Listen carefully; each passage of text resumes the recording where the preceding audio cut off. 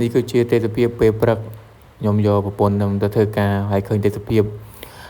ស្អាតពេកក៏ថតបង្ហាញឲ្យបងប្អូនបានទស្សនាទៅលោកបងប្អូនបានមើលវីដេអូនេះហើយគឺបន្ធូរអារម្មណ៍ទៅតាមនឹងដែរ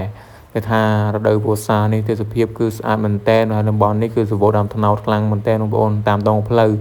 មើលទៅអារម្មណ៍យើងស្រស់ស្រាយខ្លាំងមែនតើបងប្អូនឃើញហើយលងហ្មងបងប្អូននិយាយថាពេលព្រឹកអញ្ចឹងទៀតគឺស្អាតខ្លាំងហ្មងហើយត្រូវតែមេឃភ្លៀង4-5 មេទៀតនិយាយទៅអារម្មណ៍វាស្រស់ស្រាយពេលអារម្មណ៍យើងវាស្មុគស្មាញទៅយើងបានមើលវីដេអូនេះទៅបងប្អូនក៏អារម្មណ៍យើងក៏ធូរទៅតាមនឹងដែរហើយពិសេសបងប្អូនដែលធ្វើការនៅឆ្ងាយហ្នឹងទៅដោយថាគាត់កម្រមកលេងស្រុកលេងអីហ្នឹងទៅហើយគាត់បានមើលវីដេអូនេះហើយក៏មានអារម្មណ៍ថានឹកស្រុកកំណើតជាងផងដែរអញ្ចឹងបងប្អូនថារដូវវស្សាគាត់ធ្លាប់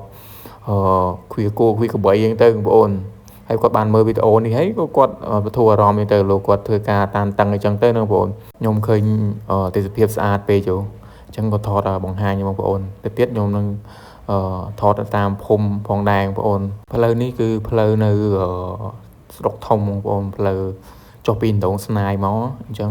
ហើយតាមផ្លូវហ្នឹងឥឡូវគឺសវោគេមករស់នៅភាសាផ្លូវស្រួយអញ្ចឹងបងប្អូនហើយលក់ដូរលក់អីអញ្ចឹងទៅហើយដូចថាគេមកលេងមកអីហ្នឹងទៅក៏ទិញចូលទិញអីហូបហ្នឹងទៅហើយដល់រដូវវស្សាចេះគឺថាស្មៅអីមើលទៅគឺស្អាតមែនតើខ្ញុំឃើញឲ្យបង្ហាញឲ្យបងប្អូនបានទស្សនាបងទៅហើយផ្លូវមួយខ្សែនេះក៏ស្អាតដែរផ្លូវឡើងទៅភូមិកណ្ដាស់អញ្ចឹង